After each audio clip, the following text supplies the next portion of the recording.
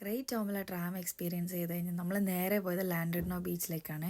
ലാൻഡഡ്നോ ബീച്ചാണ് ഈ കാണുന്നത്. പക്ഷെ അത്ര വലിയ സംഭവമൊന്നുമല്ല, ഒരു ഓക്കെ എക്സ്പീരിയൻസ്. അത് കഴിഞ്ഞിട്ട് നമ്മൾ പോയതാണ് ഒരു കിടുക്കാച്ചി സ്പോട്ട്. എൻ്റെ മോനെ, ഒരു രക്ഷയില്ല. അതാണ് നമ്മുടെ മറൈൻ ഡ്രൈവ് ടോള്. ഞങ്ങൾ 7:00-ക്ക് ശേഷം എൻ്റർ ചെയ്ത്, അതുകൊണ്ട് ടോൾ ഫീ അടയ്ക്കേണ്ടി വന്നില്ല.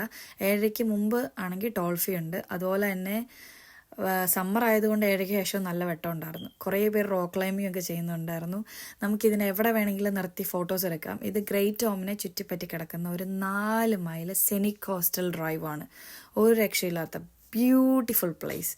അതിനകത്തൊരു ആദ്യത്തെ 3 മൈല് നമുക്ക് വൺ വേ ഡ്രൈവ് ആയതുകൊണ്ട് എവിടെ വേണമെങ്കിലും നിർത്തുന്നതിന് കുഴപ്പമില്ല. ഞങ്ങൾ കുറച്ച് സ്ഥലത്തൊക്കെ നിർത്തി അവിടെയൊക്കെ ഒന്ന് എക്സ്പ്ലോർ ചെയ്തു. ഇത് മാത്രമല്ല ഇതിൻ്റെ ഹൈലൈറ്റ്. നമ്മൾ പോണ വഴിക്ക് റെസ്റ്റ് ആൻഡ് റീഫ്രഷിങ് കഫേ ഉണ്ട്, അതുപോലെ 12th സെഞ്ച്വറി ചർച്ച് ഉണ്ട്. ഇനി ഇതൊന്നുമല്ല, നിങ്ങൾക്ക് ഇവിടെ ഒന്നും നിർത്തണമെങ്കിൽ ജസ്റ്റ് 4 മൈൽ ഡ്രൈവ് ആണോ, അത് തന്നെയുണ്ട്.